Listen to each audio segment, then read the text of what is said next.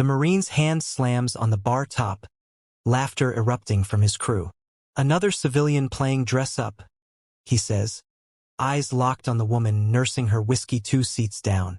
Her faded army shirt looks stolen. Her silence looks like weakness. But when she finally turns to face him, something flickers in her expression. Not fear, not anger.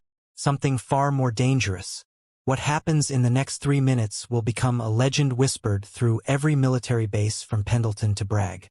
She doesn't flinch when he leans closer. "Let me guess," the Marine continues, his breath reeking of cheap beer and cheaper confidence. "Boyfriend's shirt? Dad's maybe?" His buddies howl. The bartender suddenly finds the glasses very interesting. She takes another sip, ice cubes clinking against glass, and the sound cuts through the noise like a blade. Her fingers, scarred, calloused in ways weekend warriors' hands never are, set the glass down with surgical precision. "You done?" Her voice is quiet, controlled, the kind of quiet that makes smart people nervous. "He isn't smart. Just calling it like I see it, sweetheart." He reaches for her shoulder, and that's when everything shifts. Her hand moves, not fast, not showy, just precise. His wrist is locked, pressure point singing, and suddenly he's the one leaning, but not by choice. The bar goes silent. Even the jukebox seems to hold its breath. "Easy there, killer," she says, releasing him. "Wouldn't want you to get hurt." But she had no idea what was walking through that door. The man entering is older, silver-haired, with the kind of posture retirement can't erase.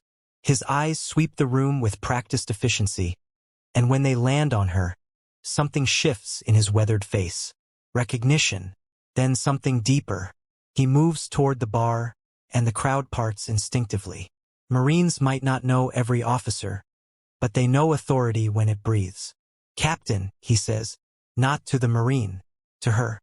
The word detonates like a flashbang. Her jaw tightens. "I'm not active, Colonel. Haven't been for 8 months." But her spine straightens anyway, muscle memory overriding her whiskey and solitude evening. The Marine's face drains of color, his earlier bravado evaporating like morning fog under artillery fire. His crew suddenly finds their phones fascinating. "Once a captain, always a captain," the colonel says, then turns to the Marine. "Son, you know what the Special Forces tab looks like?" The kid stammers something about airborne wings. "Different tab. Green one. Says Special Forces. This woman wore it in places your clearance will never be high enough to know exist." What the colonel says next will haunt that Marine forever. "She pulled 11 men out of Kandahar when their extract went sideways. Carried a 200-pound sergeant 3 clicks through enemy fire with a fractured hip." He pauses, lets it sink in. "The shirt she's wearing is hers. She earned every thread." The woman, Captain Sarah Vance, though the colonel doesn't say her name, finally meets the Marine's eyes. There's no triumph there, no satisfaction, just exhaustion. "I wasn't looking for respect tonight," she says quietly. "Just a drink and some silence."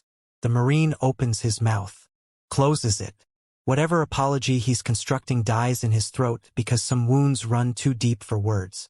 She finishes her whiskey in one smooth motion and stands. The colonel touches her elbow gently, a gesture that speaks of shared history and unspoken understanding. "Walk with me," he says, not an order, an invitation. They leave together, and the bar stays silent long after the door closes. The Marine stares at his reflection in the mirror behind the bottles, seeing someone he doesn't recognize. His buddies don't meet his eyes. The bartender finally speaks. "Her tab's on you. And son." He leans in close. "Next time you think you know someone's story, you don't." Outside, under flickering neon, the colonel and the captain walk in comfortable silence. "You doing okay?" he finally asks. She shrugs, hands deep in pockets. "Some days. It's the truth, raw and unpolished." "The uniform doesn't make it easier," he observes. She almost smiles. "Neither does taking it off. True strength isn't about who can shout the loudest. It's about who's still standing when the noise fades." What's your military story, or the veteran in your life who inspires you? Drop it in the comments.